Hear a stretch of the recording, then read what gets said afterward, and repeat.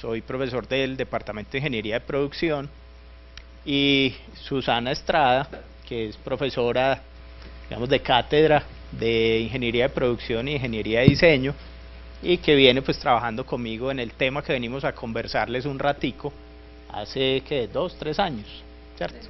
Y seguimos, y creo que seguiremos conversando del mismo tema y trabajando en lo mismo.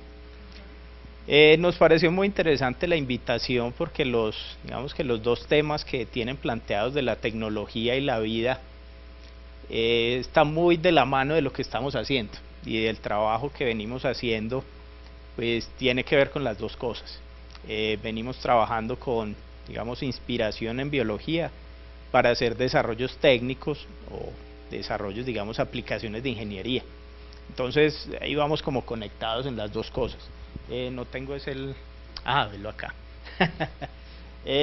Entonces la pregunta pues que tenemos es cómo inventamos a partir de la naturaleza, y eso es pues lo que venimos haciendo. Como les digo, estamos inventando cosas, dispositivos a partir de la naturaleza. Entonces empecemos a hablar un poquito de lo que es la naturaleza y la vida, ¿cierto? Como para que nos vamos por los dos lados de la tecnología y la vida. Acá tenemos lo que sería la historia de la vida en 24 horas, ¿cierto? Como si pudiéramos hacer un comprimido del tiempo. Pues la historia de la vida pues tiene más o menos, equivocándome en números, unos 4.500 millones de años, ¿cierto? Eso fue como ayer que empezó la vida. La Tierra, digamos que se formó en la hora cero, y digamos que hoy estamos en el 24, ¿cierto? Mejor dicho, vamos en este momento dando la vuelta. El origen de la vida pues se inició a las 4 de la mañana. Los primeros fósiles que encontramos, digamos que partieron como a las 5:36 de la mañana de este día. Las primeras algas unicelulares fueron a las 2 de la tarde más o menos, ¿cierto? Por ahí aparecieron. La reproducción sexual apareció a las 6 de la tarde, ya como tardecito, ¿cierto? Saber que es algo tan interesante. Las medusas por aquí como a las 9, trilobites, las plantas terrestres, los dinosaurios, y el ser humano, llevamos 2 minutos apenas, ya estamos muy nuevos, estamos fresquitos. Pero esto, ¿por qué es importante mencionarlo todo este tiempo que se ha llevado? Porque la naturaleza y la vida como tal ha estado evolucionando, ¿cierto? Hay unos que dicen que sí, otros que dicen que no, no importa, como sea, creamos en la evolución. Y esa evolución ha hecho cambios, y esos cambios implican mejoras en diferentes seres vivos, ¿cierto? En animales, en plantas, en vegetales, en lo que sea, ¿cierto? Entonces esa evolución de la naturaleza y de la vida siempre ha buscado mejorar las cosas. Entonces, como nosotros trabajamos ya en el lado de la tecnología, nos interesa conocer la naturaleza, cómo ha hecho esa evolución, qué mejoras ha hecho, para nosotros no tener que gastarnos 4.000 millones de años buscando una solución adecuada, sino que aprendemos de lo que ya está hecho, ya la tarea la hizo la vida, la naturaleza, para hacer aplicaciones pues tecnológicas. Entonces vamos a hablar de un par de seres vivos, de unos cuantos, y no todos vivos, como van a ver, y cómo, digamos, cómo funcionan. Entonces este muchacho yo creo que lo conocemos todos. A algunos nos da miedo, ¿cierto? En realidad pues dicen que no hay que tenerles miedo, pero igual uno algo siente cuando lo tiene cerquita.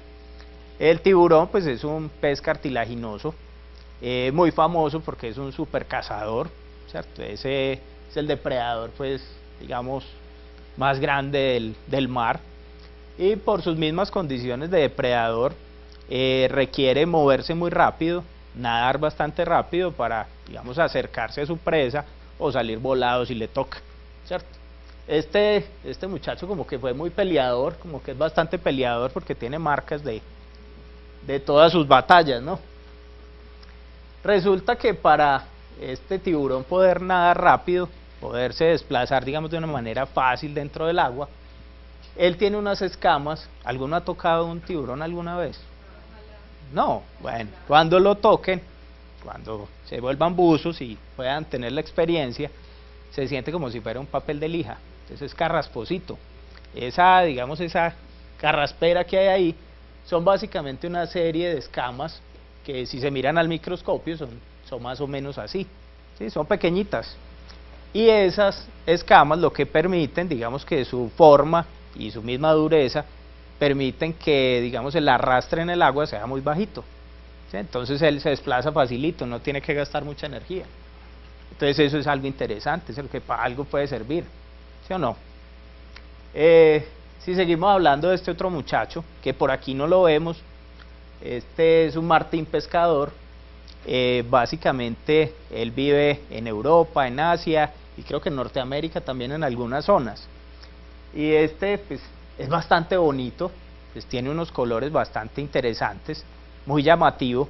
Entonces uno diría, hombre, si ese es un cazador, porque él pues lo que hace es pescar, porque tiene esos colores. Entonces como él vive, digamos, pesca y come cerca de ríos y lagos, él por debajo pues tiene un color como dorado bastante llamativo, que a pesar de que parezca llamativo, si lo están viendo desde debajo del agua, se parece, digamos, a las hojas y al forraje que hay por ahí cerquita del lago, del río.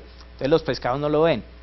Y es azul por encima, porque cuando hay un depredador por encima, él se va a parecer como al agua que lo está circundando. Entonces, a pesar de que es muy llamativo, está bien camuflado, ¿sí o no? Que uno creyera que no. Bueno, pero eso digamos que no es lo más interesante, que a mí me parece muy bacano. Lo más interesante de este muchacho es la forma que tiene, digamos, en su pico y en su cabeza, que hace que cuando entre al agua a cazar, digamos que no tira agua, ¿cierto? Entonces él se clava derechito, entonces como que no sintiera el paso desde el aire hasta el agua. Entonces eso es bacano, ¿sí o no? Un clavadista olímpico sería feliz con un pico de esos aquí, ¿cierto? Pero bueno, ¿qué otra cosa? Ah, bueno, también es interesante saber que el martín pescador, cuando entra al agua, él cierra el ojo. Entonces dice uno, bueno, ¿y cómo hace entonces para ver lo que va a coger? Entonces precisamente esa capacidad de penetrar en el agua, como sin hacer nada, hace que él vaya derechito al pescado y el pescado ni se da cuenta, ¿cierto? Entonces él ya sabe para dónde va y tran. Y casi que la efectividad es cercana al 100%, entonces es muy buen pescador, ¿cierto? Entonces bueno, este es otro ejemplo. Este es otro ejemplo, digamos, esto es un hormiguero bastante grande, este es en África, y pues a pesar de que el hormiguero no está vivo, ¿cierto? Pues es una estructura civil como la que haría cualquier ingeniero civil. Dentro de él pues viven hormigas, y esas hormigas tienen como es como un hongo, ¿qué es lo que es? Un hongo, bueno, sí. ellos cultivan un hongo dentro de ese hormiguero, y de ese hongo digamos que se alimentan también esas hormigas. Entonces, ¿qué es lo interesante? Que ese hongo requiere unas características de temperatura muy estables para que esté vivo. Entonces, las hormigas, ¿qué hicieron? Que no son tan bobitas. Ellas básicamente diseñaron un sistema de ventilación interno dentro del hormiguero que permite que la temperatura se mantenga constante.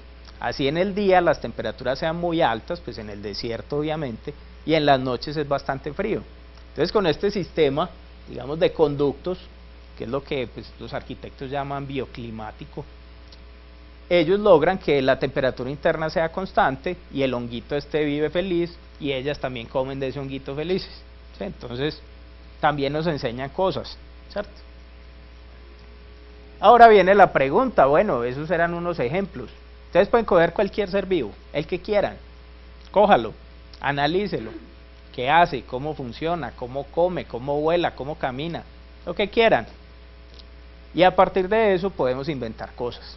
Entonces ahí es donde llega este término, digamos, la palabra misteriosa, que es la biomimética, que es, digamos, en el tema que trabajamos nosotros. Digamos, uno de los temas, hay varias cosas que hacemos, ¿cierto? Entonces, biomimética o bioinspiración, que también suena como más elegante, es básicamente, pues viene de dos raíces, de bios y mimesis, que es imitar la vida. Entonces es aprender de cosas como estas que les dije, para hacer aplicaciones, digamos, reales o industriales, técnicas, como las queramos llamar. Entonces vamos a ver aquí un par de ejemplos, ¿cierto? Este señor, me imagino que todos lo conocen, ¿cierto? Sí, no son tan viejos, de pronto para cuando estemos con los niños, ahí sí no lo podemos poner porque no lo van a reconocer. Pero Michael Phelps, sabemos que fue en Beijing, ¿cierto? En los Olímpicos de Beijing, pues el que rompió todos los récords en natación, no se le puede quitar el mérito a él, un super deportista, pues excelente, pero tuvo una pequeña ayuda, ¿cierto? Estos, digamos, trajes de baño, aunque incluso creo que los usaban completos en las Olimpiadas, fueron inspirados en estas cositas de acá. ¿Se acuerdan qué es eso? ¿Cierto? Las escamas del tiburón. Entonces Speedo fabricó estos trajes de baño inspirados en esas escamas. Entonces eso lograba reducir el arrastre y hacía que el nadador pues, fuera mucho más rápido. Y pues este señor aprovechó eso, además de su condición, pues insisto. Entonces es aprender de la naturaleza y ponerlo en la tecnología. Yo tengo una anotación ahí. Claro. Hoy esos trajes de baño están prohibidos en las Olimpiadas, ya no los dejan usar. Ya, punto. Yo por eso ya no uso de esos. Bueno. Este me imagino que también alguna vez han visto una imagen de este súper bonito, ¿cierto? Qué bueno ir allá y uno poderla tomar. Este es el tren bala japonés, el Shinkansen, bastante famoso también, está desde cuándo, como del 90 y algo. Bueno, no sé, tiene muchos años. Y este pues es el Monte Fuji, es también muy conocido. Resulta que este digamos que es uno de los trenes modernos. Cuando empezaron, la trompa no era tan, digamos, tan puntuda, sino que era más redondeado, digamos casi como el metro, pero un poquito más puntudito, ¿cierto? Resulta que había un problema grave con esos trenes, bueno, digamos que no grave, pero había un problema. Resulta que ese tren pues anda a velocidades bastante altas, ¿cierto? 200, 300 kilómetros por hora, y cuando entraba en túneles había un choque muy grande, digamos, del aire alrededor contra el túnel, y eso hacía pues como una especie de explosión, si se quiere, una compresión, digamos, del aire alrededor del tren, y hacía un sonido bastante duro. Entonces el ruido era peligroso pues para los pasajeros, y además pues habían vibraciones y el efecto mecánico que siempre va haciendo daño en el material. Resulta que pues para solucionar este problema se inspiraron en este muchachito que vimos ahorita, ¿cierto? En el Martín Pescador. Entonces como él puede entrar en el agua, digamos, sin hacer un efecto muy grande de cambio de aire a agua, cambiaron digamos, la punta del tren para que el ingreso a los túneles sea más suave y no se sienta, digamos, ese golpe. Y con eso han tenido pues una ganancia bastante alta en ese sonido y en esos, digamos, esas sobrepresiones, ¿cierto? Entonces, otra aplicación. Y este otro es un centro comercial y oficinas en Harare, la capital de Zimbabue. Entonces allá pues hace bastante calor, como se podrán imaginar. Entonces resulta que para, digamos, reducir el costo de lo que son los aires acondicionados, ellos se basaron en el principio de estos hormigueros para reducir el consumo de aire acondicionado y rebajaron más o menos un 15%. Entonces, nuevamente inspiración en la naturaleza. Entonces todo esto no es cuento, sino que hay cosas reales que funcionan. Ahora digamos que un poquito más cercanos aquí al trópico, que es en lo que venimos nosotros trabajando. Venimos en el desarrollo pues de materiales de protección, balística y antiexplosivos, trabajando pues muy de la mano con la spin-off Tecnología en Marte, que no sé si la han escuchado seguramente. Mauro es bastante popular, ¿cierto? Popular. Sí, ese le gusta salir en periódicos y todo eso. Entonces está muy bien. Entonces resulta que uno de los problemas que se tienen para digamos, el personal técnico que hace desminado es tener unos trajes que sean livianos, que permitan pues buena movilidad y que obviamente lo protejan por si hay una explosión. Entonces, hasta el momento, digamos que lo que había en la tecnología eran trajes que funcionaban, pero bastante pesados, rígidos, no permitían mucha movilidad. Entonces, ese era un problema considerable. Entonces, pensando en eso, nos inspiramos en la naturaleza, digamos en cómo están las escamas de los peces, para hacer un sistema digamos, de blindaje, como este que aparece acá, que permite movilidad reduce el peso y sigue protegiendo bastante bien al operario pues antiexplosivos. Entonces digamos que es algo ya más homemade, pero válido igualmente. Otro, digamos, de los casos o de los ejemplos pues que traemos acá, porque en realidad estamos trabajando en otros más, es cuando tenemos, digamos, artefactos explosivos, digamos, en terrenos urbanos, pues, no sé, que haya una granada por ahí, llamaron a la policía, al ejército, que cuidado que eso va a estallar.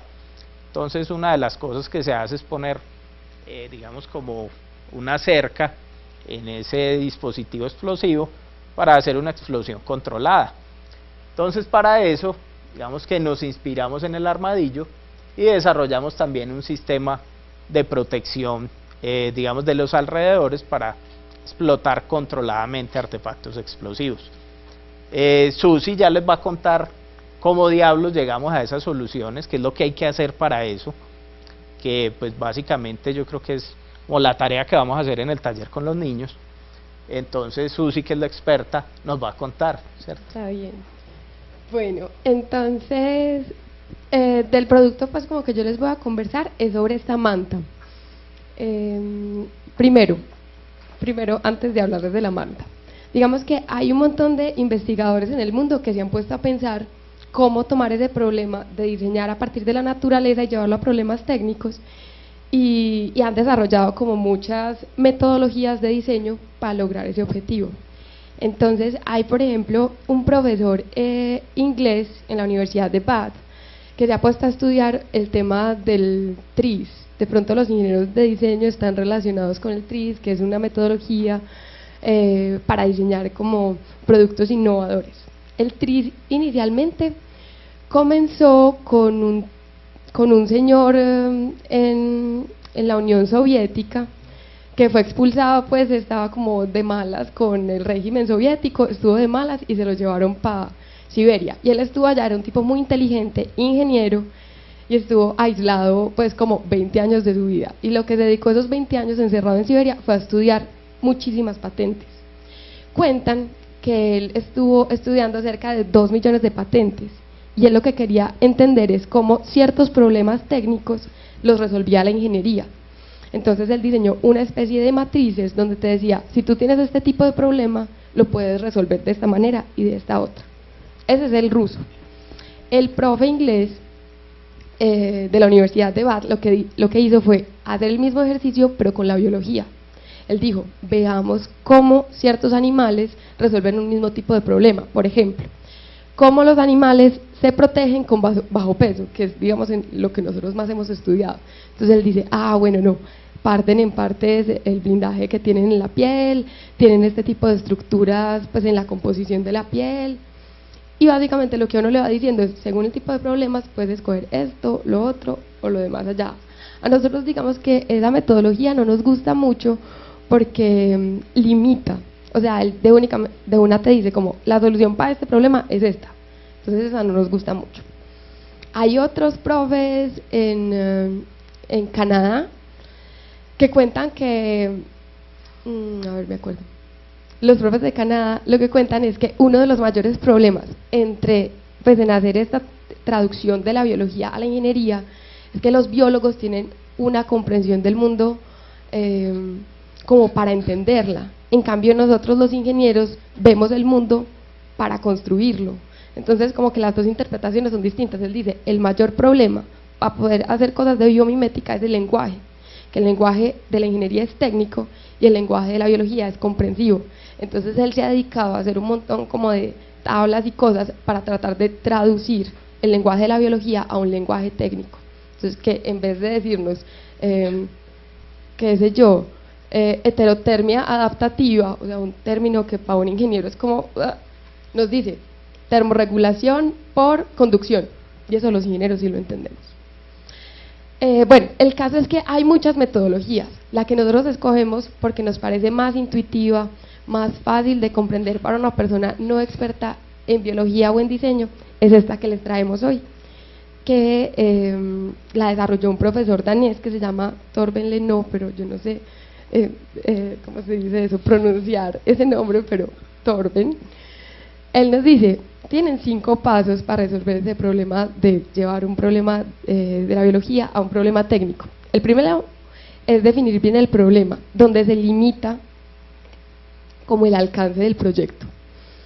La segunda es la búsqueda de los referentes biológicos, es decir, a bases de datos, a libros de biología, a Google, buscar referentes biológicos que me resuelvan ese problema definido. Lo que sigue sería la fase de análisis, que es tratar de comprender a fondo cuáles de esos referentes me pueden servir mejor, pues o son más, ¿cómo se dirá esto? Más apropiados para resolver nuestro problema. Luego sigue el tema de la extracción de principios, que es ver como cuál es la partecita de todo ese conjunto del animal o de la planta que realmente me sirve. O sea, describirlo en 2 palabras, como qué es lo que puedo extraer de él. Y lo último ya es la fase de diseño, que es con toda esa información que hemos recogido de la naturaleza, empezar a sentarse en la mesa de dibujo, a diseñar, a hacer modelos blandos, a construir prototipos y a probar. Entonces, ahora sí, el caso de estudio que les traemos acá hoy es algo en lo que estuvimos trabajando pues, estos 2 años que han pasado, es sobre la manta antiexplosivos que Alex ahorita les mostró.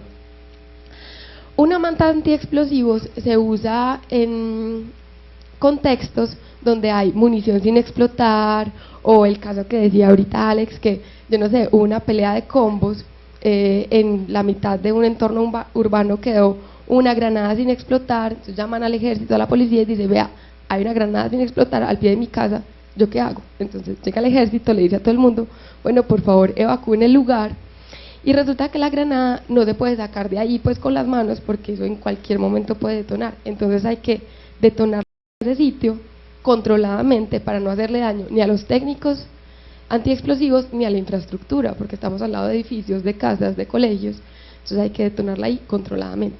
Ahí es cuando usamos las mantas antiexplosivos. Entonces, cuando hablamos de definición del problema, hay muchas técnicas también para definir un problema. Están los PDS, están, bueno, me acuerdo de los PDS en este momento. Pero la que a nosotros nos gusta más usar es una que es como sencillita y también como que cualquiera no experto en diseño puede utilizar, y es algo que aprendimos a hacer que se llama 4-box analysis. Nosotros como que lo hemos traducido como análisis en 4 cuadrantes. Y lo que nos dice es, hay 4 partes importantes que uno tiene que definir bien de un problema antes de empezar su diseño. Primero es, ¿cuál es el entorno en el que se va a trabajar? Entonces nosotros para la manta lo teníamos súper claro. Es un entorno urbano, va a estar sometido como a elementos explosivos. Las condiciones pues medioambientales, no es ni alta temperatura ni alta humedad, pero podría ser. Entonces, sobre todo, como tener en consideración esas cosas. Luego hablamos de las funciones. Entonces, ¿cuál es la función principal y las funciones secundarias que debe cumplir nuestro producto? Entonces, la función principal es contener sobre todo la fragmentación que se genera en las explosiones de elementos explosivos, de munición sin explotar. Y las funciones, digamos, como secundarias es que sea transportable, que se pueda plegar. Luego están los deseos y los requerimientos. Los deseos son lo que el diseñador quiere que sea, por ejemplo, quiero que sea portable, quiero que sea ligero, quiero que sea, qué sé yo, plegable. Y los requerimientos son cosas que obligatoriamente tiene que tener tu diseño, y hay que acotarlo en términos como cuantificables. Entonces ahí es donde nosotros ponemos, por ejemplo, esta manta no podía pesar más de 3 kilos, porque más de 3 kilos no es capaz de manipular un técnico antiexplosivos, y si hay alguna cosa se cae eso encima del explosivo y lo puede detonar. Entonces tenemos como ciertos requerimientos. O por ejemplo, la manta no puede tener más de 2 metros por 2 metros, también por asuntos como de espacio y de conversar con el usuario que nos dice como no, más grande que eso no lo podemos utilizar. Entonces nosotros nos gusta definir el problema así porque es sencillo, porque cualquiera lo puede hacer y entender. Bueno, hablando también aquí un poquito de eso, es uno de los problemas más grandes que nosotros vimos como al enfrentarnos con el diseño de la manta, es que nos dimos cuenta que las mantas primero son muy costosas, pues al ejército le vale 10, 15 millones de pesos cada manta antiexplosivos, y cada manta antiexplosivos hasta ahora se puede utilizar en una sola detonación, y esto aquí hago paréntesis, eso depende de la cantidad de explosivo que tú estés detonando, porque en explosivos siempre es Según la cantidad de explosivo hay más daño o menos daño. Pero digamos que por lo general tú utilizas una manta una vez y la botas a la canica. 10 o 15 millones de pesos cada vez. Entonces, bueno, esta fue como nuestra definición del problema en ese caso. Listo. Lo que seguiría es la búsqueda de referentes. ¿Eso qué quiere decir? Ir primero a las fuentes como más básicas, Google. Yo no sé, primero hay que hacer como una lista de elementos, pues de ¿cómo se llama esto? De términos de búsqueda, donde uno dice como, bueno, si nos interesa es el blindaje, entonces veamos qué palabras, pues como de nuestra cultura general, se nos pueden asociar con blindaje en referentes biológicos. Entonces empezamos, qué sé yo, corteza de los árboles, escamas de peces, caparazón de tortugas, y empezamos a buscar así cosas. Una herramienta que nosotros nos hemos encontrado muy buena acá es una base de datos que está pues online gratis, que se llama Ask Nature. Aquí no les traje como foto o ejemplo, pero ahí está, es fantástica porque eso se lo inventó una bióloga de Estados Unidos que se llama Janine Benyus, y ella lo que hizo es que compiló en una sola como fuente de información un montón de referentes biológicos que resuelven ciertos problemas técnicos. Esta señora Janine Benyus tiene un montón de conferencias en TED sobre el tema de biomimética, a ella esto le interesa mucho, y ella creó un instituto que se llama Biomimicry 3.8. Ahí ella está pues como interesada como en el asunto de traducir de la biología a la ingeniería, entonces creó esta base de datos que a nosotros nos ha servido muchísimo, sobre todo porque nosotros no somos biólogos, pues, nosotros lo que conocemos de biología es muy poquitico. Entonces, para hacer esta búsqueda, les recomiendo mucho, vayan a esta página, ahí se las escribí en el texto, para que la busquen. Bueno, nosotros aquí encontramos un montón de animales y de referentes biológicos que te protegen. Yo aquí nada más les puse algunos ejemplos. Entonces están los peces, las serpientes, los armadillos, las tortugas, los árboles, digamos que tienen una corteza que también los protege, por ejemplo, del pájaro carpintero, pues entonces los que son muy duros no va a entrar el pájaro carpintero. Algunos dinosaurios y también las conchas de mar.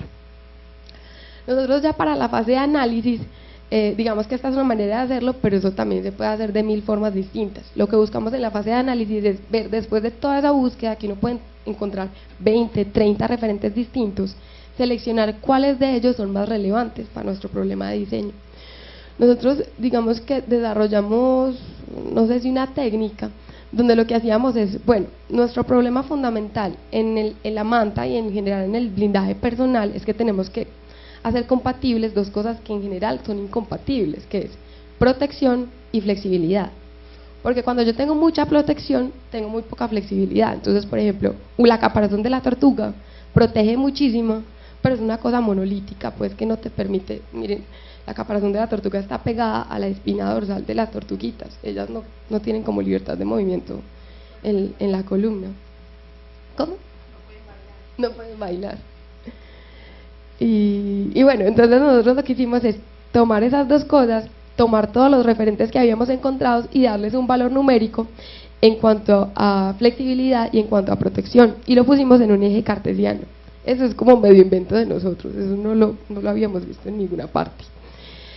Y lo que tratábamos era ver todos esos animales, cuáles hacían que esas dos cosas fueran un poquito más compatibles. Entonces teníamos, por ejemplo, las serpientes, que son supremamente flexibles, pero en cuanto a protección, no tanto. Las escamas de las serpientes son delgaditas, son hechas de queratina, entonces no son, pues cuando están hechas de queratina no son tan resistentes a la perforación. Otro ejemplo pueden ser las escamas de los peces, según el tipo de pez son más o menos resistentes, pero en general ellos son muy flexibles con lo que son capaces de proteger. Digamos los árboles, que les fue también en protección pero tan mal en flexibilidad, pues claramente los árboles tienen una corteza enorme que los blinda de un montón de amenazas externas, pero los árboles no se pueden mover. Entonces, al poner todos estos animalitos en el plano cartesiano, nos dimos cuenta que de los que mejor compatibilizaban esas dos cosas eran estos dos, que tenían los mejores puntajes en flexibilidad y en protección al mismo tiempo. Encontramos, pues aquí tenemos también varios, yo les traje dos ejemplos que son el armadillo y la tortuga laúd. En la parte de los principios lo que buscamos es, de esos que seleccionamos en la parte del análisis, profundizar muchísimo en cuál es ese sistema que para nosotros es relevante. Entonces, digamos, pues el armadillo tiene un montón de cosas interesantes, su forma de cazar, ellos tienen unas garritas y son como los que tienen el récord animal en capacidad de cavar. Ellos están ahí, llegó una amenaza y en 30 segundos tienen un hueco gigante en el que se metieron, una trinchera en la que se metieron. Entonces, digamos, eso es muy interesante de los armadillos, pero para nosotros no es tan relevante. En la parte de la extracción de principios, como que quitamos toda esa información que es muy interesante, pero que en este momento no es tan importante para nuestro proyecto, y nos vamos al fondo de lo que realmente necesitamos para desarrollar el problema de diseño. En este caso es cómo es que se protegen estos animales. Entonces, digamos, los dos ejemplos, tanto la tortuga laúd como el armadillo, tienen un sistema de protección que se llaman osteodermos. Osteodermos, como cuenta la palabra, es un hueso en la piel. Entonces, los dos tienen un tipo de estructura ósea pegadita en toda la superficie de la piel. Esa estructura ósea es porosa y es un poquito más densa en la parte, pues es como un sándwich, imagínense, algo muy denso afuera, algo muy poroso por dentro y algo muy denso otra vez afuera, es un sándwichito. Y lo que tienen de especial es que ellos están pegados entre sí, cada osteodermo uno con otro, por unas fibras flexibles de un polímero natural, de colágeno. Entonces, digamos que ahí nos pillamos una cosa importante. Los dos animales que escogimos tienen una cosa en común, tienen partes rígidas que están unidas por partes flexibles, y eso permite que tengan muy buena protección pues como para protegerlos de ¿cómo se dice esto? Como objetos punzantes, para perforaciones, pero en cambio también los hace muy flexibles. Bueno, cuando estábamos hablando también de esto, se nos ocurrió una cosa, y es que dijimos, bueno, ya habíamos hablado que las mantas tenían un problema, y era que las explotábamos una vez y se desechaban.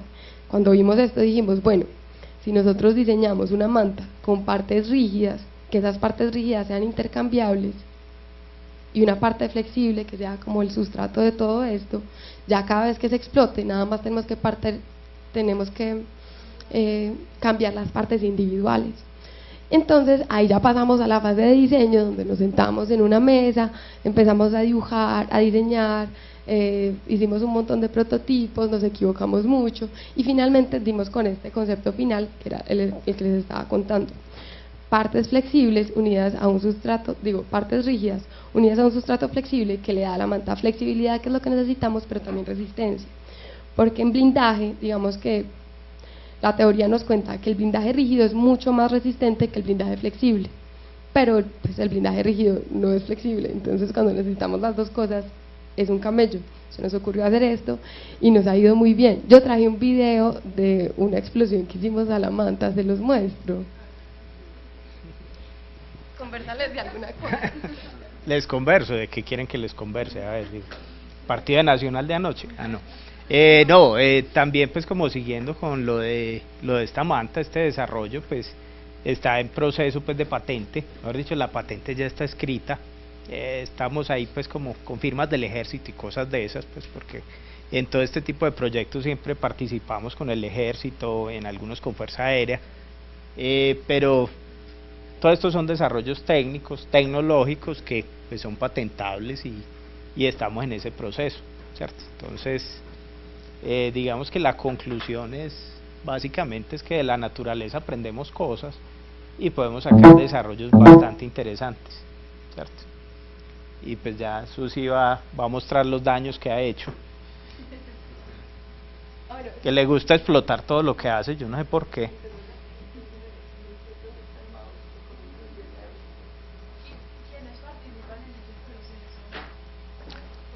A ver, en ese proceso pues básicamente pues participamos Mauricio, que es pues de Tecnologías Marte, está pues algunos integrantes del ejército, del escuadrón antiexplosivos del batallón Pedronel Ospina en Bello, que ellos pues son los que están todos los días con eso y son los que saben qué es lo que necesitan, exacto, son los usuarios. Entonces ellos nos dicen, qué bueno que le pudiéramos hacer esto, qué bueno que tuviera aquello, ¿cierto? Entonces ellos son los que nos dan como los requerimientos específicos, porque pues nosotros de eso pues en realidad no sabemos y no queremos acercarnos a una cosa de esas. También pues hay estudiantes de posgrado, pues en este caso Susi pues hizo su maestría con este tema y pues sigue trabajando con nosotros ya después de su maestría. También hay estudiantes de pregrado, monitores, que nos ayudan pues en todo el trabajo sucio. Ellos son los que ponen el explosivo y los... Mentira. No, pero sí nos ayudan bastante en procesos también, digamos, básicos de diseño, ideas iniciales, cosas de esas que son muy valiosas y que pues por experiencia hemos visto que mientras más jóvenes hay ideas como mejores. Entonces esperamos que los niños ahora salgan con ideas, pues no para este tipo de cosas, pero sabemos que van a resultar cosas muy interesantes con los niños. Entonces, eso somos como el equipo, ¿cierto? Entonces, sí, hágale, pues muestre los daños.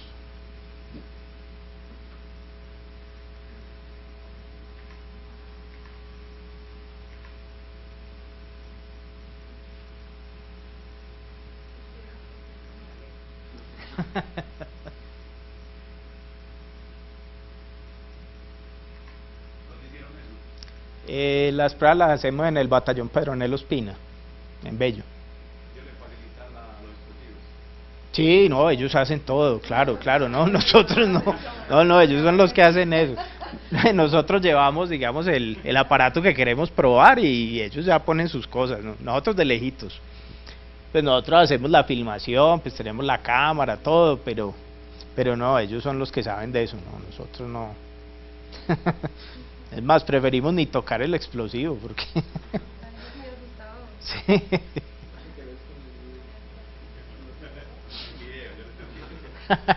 Sí, con el video es suficiente. Te devuelvo. No sé, ¿qué Y más listo, tienes no para te decir, Susi? preguntas. No, esa era la historia que les íbamos a contar hoy. Pero Eh, preguntas, claro. Es que me parece muy interesante donde iniciaste la narración y es contándonos como esa dificultad del lenguaje que hay en un campo como este, ¿cierto? Porque pues, nos inspiramos en la naturaleza, el biólogo no habla el lenguaje del ingeniero, el ingeniero no habla el lenguaje del biólogo, pero parece ser que el biólogo ha hecho el esfuerzo en algunos momentos de crear, por ejemplo, estas bases de datos para el uso de la ingeniería y el contrario, ¿cierto? Sí. ¿Por qué no a veces juntos? O sea, juntos en la misma mesa, el biólogo y el ingeniero sobre la misma problemática. Bueno, eso lo han hecho mucho. O sea, hay el instituto que te decía ahorita, Biomimicry 3.8, lo que trata de convocar es gente de todos los campos, arquitectos, diseñadores, biólogos, sociólogos, todos, sentémonos juntos a pensarle a estos problemas. Y también pues como una cosa pues, que me acabo de acordar, que se me olvidó decirles, es que digamos que la biomimética tiene una cosa también muy interesante, y es que miren que la biología es capaz de resolver un montón de problemas sin tener que hacer una gran inversión ni en recursos energéticos, y además no contamina. Entonces, qué sé yo, la tortuga es capaz de blindarse, el cocodrilo no se la comió, pero además cuando se muere se biodegrada en 2 meses. Entonces los biólogos dicen mucho como, vea, ingenieros, acá hay un montón de conocimiento que ustedes pueden usar y que pueden hacer desarrollos medioambientalmente más responsables. De la mano de eso, yo aprovecho para complementar. Si hay trabajo entre ingenieros y biólogos, pues como decía Susi, y digamos a nivel de nosotros también. O sea, para un proyecto que estábamos planteando para estudiar escamas de peces, tuvimos el apoyo del acuario del Parque Explora, ¿cierto? Que son biólogos todos ellos, ¿no? Entonces el contacto está y se trabaja con ellos y pues aportan el conocimiento que tienen bastante alto en la parte biológica y nosotros en la parte técnica. Entonces el trabajo sí es junto, sí. También, claro que sí.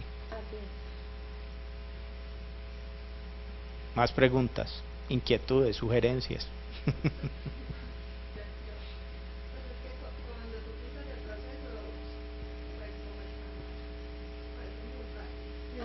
No, no es.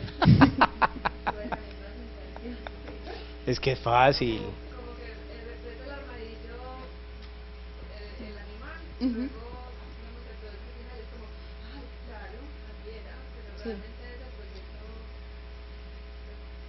Sí, pero no será una pregunta porque no queda como no sé, es que el proceso es muy fácil y yo creo que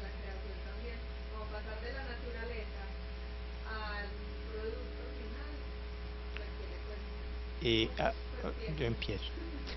A ver, yo empiezo pues por la parte fácil y Susi por la difícil.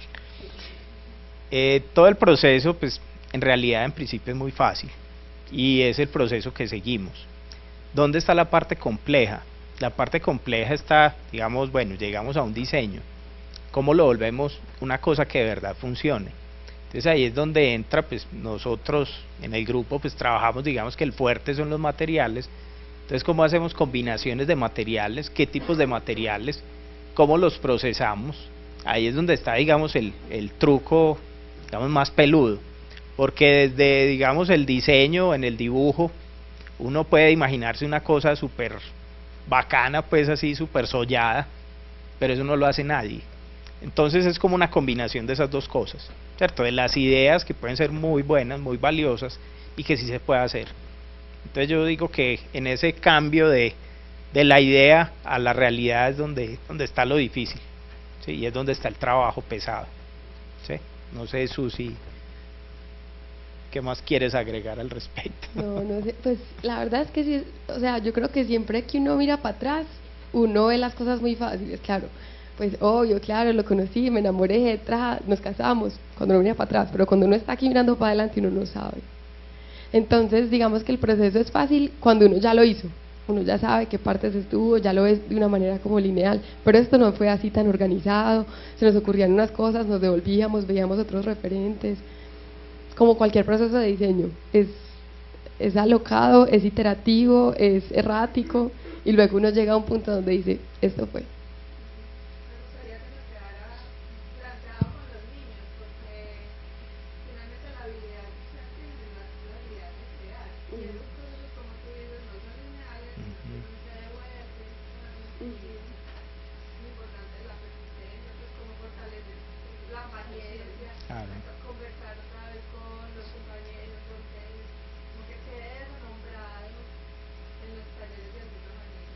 Claro que sí, hay que hacer. Yo quisiera saber otra cosa, pues dentro del ámbito de la ingeniería tienen desde todo.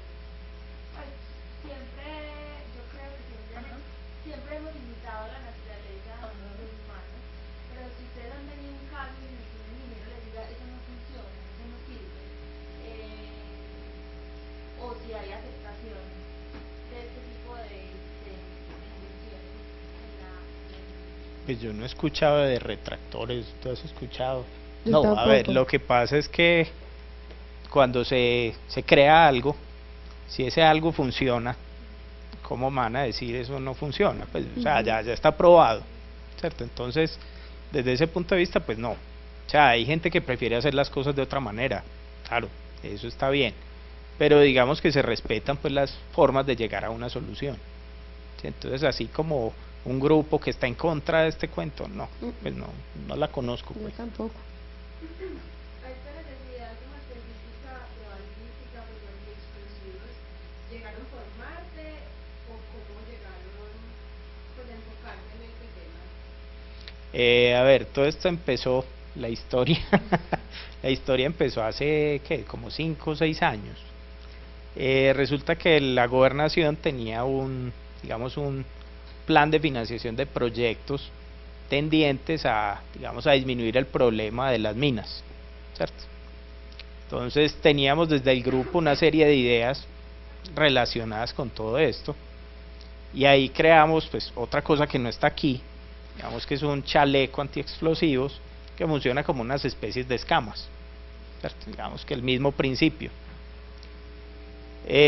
Ahí trabajamos, digamos, el grupo mío independiente sin Marte. En ese mismo proceso estaba Marte, pues Mauricio con otros proyectos. Ahí nos conocimos y dijimos, hombre, haces cosas buenas, nosotros también, juntémonos y vamos a ser mejores. Y ahí nos juntamos y pues venimos ya con muchos desarrollos, ¿cierto? Ya no sé cuántos, 4, 5, 6, algo así. Más. Y cada vez pues van saliendo como más cosas inspiradas en naturaleza y con resultados bastante buenos, ¿sí? Entonces digamos que es como sumar esfuerzos.